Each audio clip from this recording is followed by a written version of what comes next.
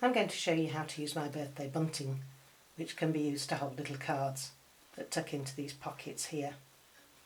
Because this is a good project to personalise for whoever you're going to give the gift to, I'm going to first of all show you how to do the lettering that goes in the middle of the squares. Mine says Carolyn, but of course you're going to choose to make it the right name for whatever child or adult you decide to make it for. The alphabet that I've chosen is the right shape and size to fit in the middle of the birthday bunting units, and the letters have not got any sharp corners or serifs at the bottom, which would make your applique difficult. We're going to use a product called Bondaweb to do this. Basically, they're double-sided iron-on interfacing, very thin web of glue, which is going to stick both sides onto your fabric. There's a paper backing on it as well, and you need to leave that on at this stage. There are other similar products around. Heat and Bond, for example, is another similar thing. So for a letter like the T, all we need to do is place it over the alphabet and trace it onto the paper side of the Bondaweb.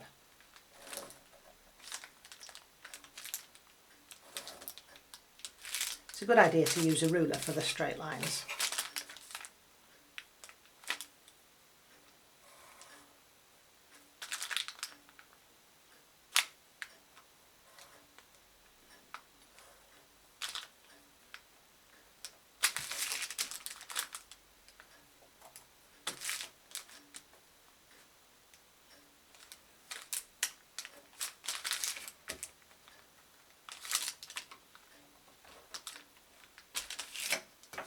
So once the letter has been traced onto the paper, is iron that onto the fabric, then you'll turn it over, remove the paper, and then it will be ironed onto the place that you want it to stick. But of course now we've turned the fabric over, we've reversed the letter. With a T, it doesn't matter.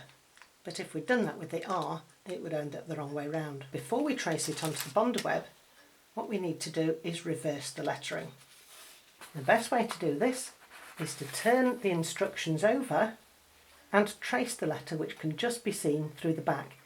It helps if you put a piece of white paper underneath, because that makes it show up better. Again, use a ruler for the straight parts.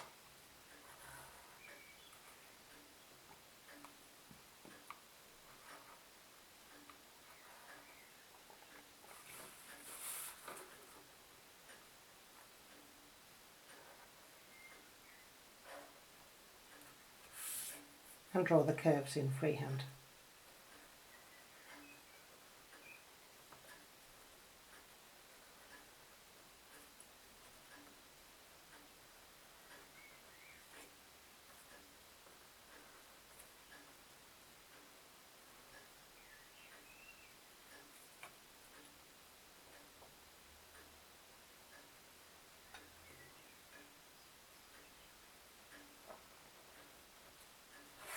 Now I have a reversed letter R, and I can trace this.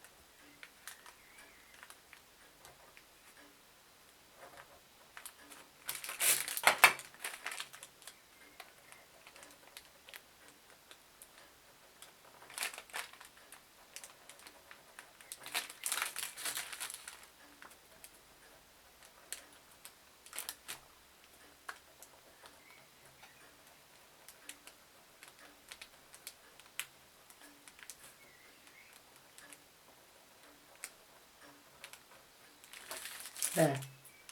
You're going to need to make one of these for every letter in the name of your recipient of your gift.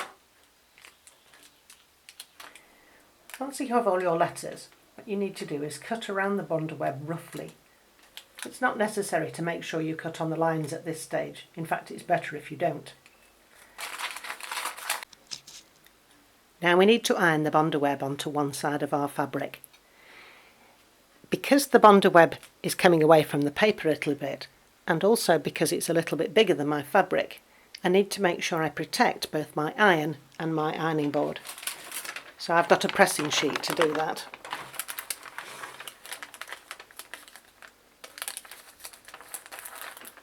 I'm going to want to protect both sides, so I put it on,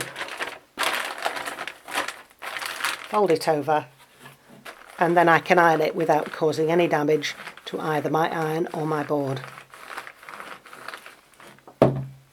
It's a good idea to do both sides.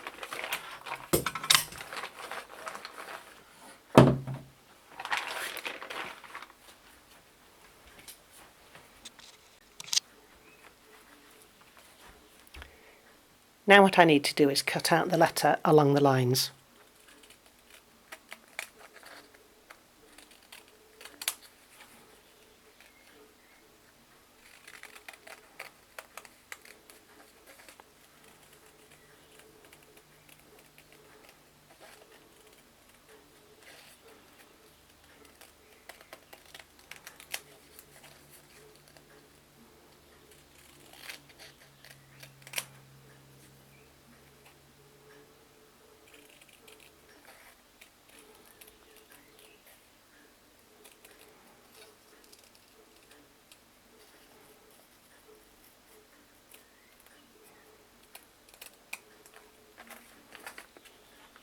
When I've got a piece here where I need to cut out the whole of that part inside, if I fold it in half and do a little snip, then I can get my scissors in and it's easy to get round and cut along the line nice and neatly without cutting through from the outside.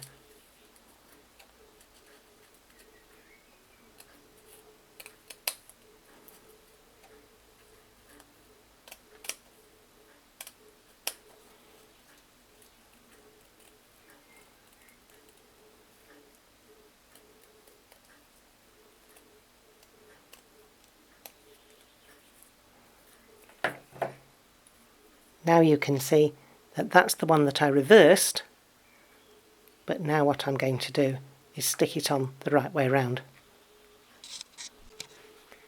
I'm going to use a blue backing square which I've cut to 4 inches. What I now need to do is peel away the backing paper. That just leaves the Bondaweb fusible web on the back of that. So of course when I now put it in the centre of my blue square, it's going to be the right way round. Arrange it so it's central and straight, and then again put your Teflon backing sheet over the top. You can use baking parchment for this if you haven't got a pressing sheet, and iron it to fix it in place.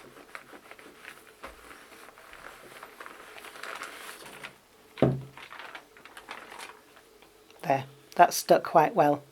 If you're in a hurry, you can just leave it like this, but if you want to make it secure for long term, it's best now to applique with a satin stitch all around the edge.